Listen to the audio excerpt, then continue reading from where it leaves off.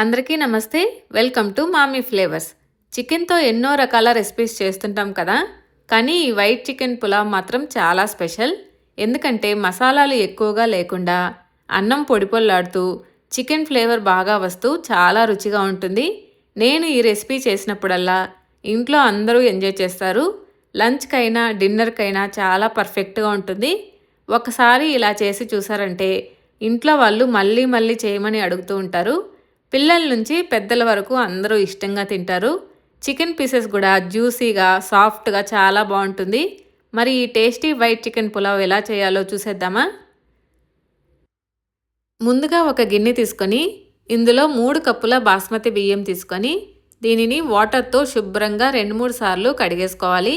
తర్వాత ఇందులో తగినంత వాటర్ పోసుకొని 30 నిమిషాల పాటు నానబెట్టుకోవాలి. ఇప్పుడు స్టవ్ మీద బాండెలు పెట్టుకొని వేడయ్యాక 4 టేబుల్ స్పూన్ల వరకు నూనె వేసుకొని వేడైన తర్వాత హోల్ గరం మసాలా వేసుకొని మసాలా దినుసుల్లో ఉన్న ఫ్లేవర్ అంతా బయటికి వచ్చేంత వరకు వేయించుకోవాలి. ఇప్పుడు ఇందులో సన్నగా స్లైస్ చేసుకున్న 2 మీడియం సైజ్ ఉల్లిపాయ ముక్కలు వేసుకొని ఉల్లిపాయలు లైట్ గోల్డెన్ కలర్ వచ్చేంత వరకు వేయించుకోవాలి. ఇలా వేగిన తర్వాత 3/4 కేజీ చికెన్ని శుభ్రంగా కడుక్కొని వేసుకొని ఇందులో 1.5 టేబుల్ స్పూన్ అల్లం వెల్లుల్లి పేస్టు, రుచికి సరిపడా ఉప్పు వేసుకొని చికెన్ని 5 నిమిషాల పాటు మీడియం ఫ్లేమ్లో కలుపుకుంటూ వేయించుకోవాలి. చూసారా, చికెన్ రంగు కూడా మారింది కదా. ఇలా వేగిన తర్వాత ఇందులో కచ్చాపచాగా దంచుకున్న 7-8 పచ్చిమిరపకాయల పేస్టు, అరకప్పు పెరుగు వేసుకొని ఒకసారి బాగా కలుపుకోవాలి. మీరు కారం ఎంత తింటారో దానికి తగినట్టు పచ్చిమిరపకాయల్ని అడ్జస్ట్ చేసుకోవచ్చు.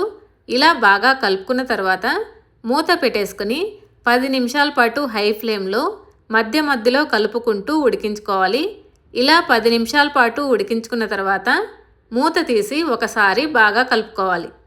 ఇప్పుడు ఇందులో వేడి నీళ్ళని 4.5 కప్పు వేసుకోవాలి. 1 కప్పు బాస్మతి బియ్యంకి 1.5 కప్పు వాటర్ వేసుకుంటే కరెక్ట్గా సరిపోతుంది. ఇలా ఒకసారి కలుపుకున్న తర్వాత ఈ వాటర్ని ఒకసారి టేస్ట్ చూడండి. ఉప్పు కారం తక్కువ అయితే ఈ స్టేజ్లో యాడ్ చేసుకోవచ్చు. ఇలా వాటర్ బాగా మరిగిన తర్వాత ఇందులో ముందుగా నానబెట్టుకున్న బాస్మతి బియ్యం వేసుకొని ఒకసారి చక్కగా కలిపేసుకోవాలి.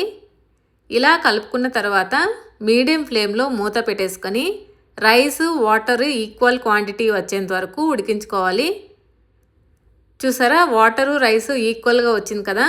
ఇప్పుడు ఇందులో సన్నగా కట్ చేసుకున్న గుప్పెడు పుదీనా ఆకులు అలాగే గుప్పెడు కొత్తిమీర వేసుకొని మరొకసారి లైట్గా కలుపుకోండి. ఎందుకంటే బాస్మతి బియ్యము విరిగిపోయే ఛాన్స్ ఉంటుంది. ఇలా కలిపేసుకున్న తర్వాత మూత పెట్టేసుకుని లో ఫ్లేమ్లో వాటర్ అంతా బాగా ఇంకిపోయేంత వరకు కుక్ చేసుకోవాలి. తర్వాత స్టవ్ కట్టేసుకొని 15 నిమిషాల పాటు పక్కన పెట్టేసుకోవాలి. 15 నిమిషాల తర్వాత మూత తీసి చూసారంటే మీకు పర్ఫెక్ట్ వైట్ చికెన్ పులావ్ అనేది రెడీ అయిపోయి ఉంటుంది. చూసారా, అన్నం పొడి పొడిలాడుతూ ఎంత పొడవుగా పర్ఫెక్ట్గా వచ్చిందో కదా. నేను చూపించిన విధంగా ట్రై చేయండి. మీకు కూడా ఇదే విధంగా పర్ఫెక్ట్గా పొడి పొడిలాడుతూ వస్తుంది. టేస్ట్ కూడా అదే రేంజ్లో ఉంటుంది.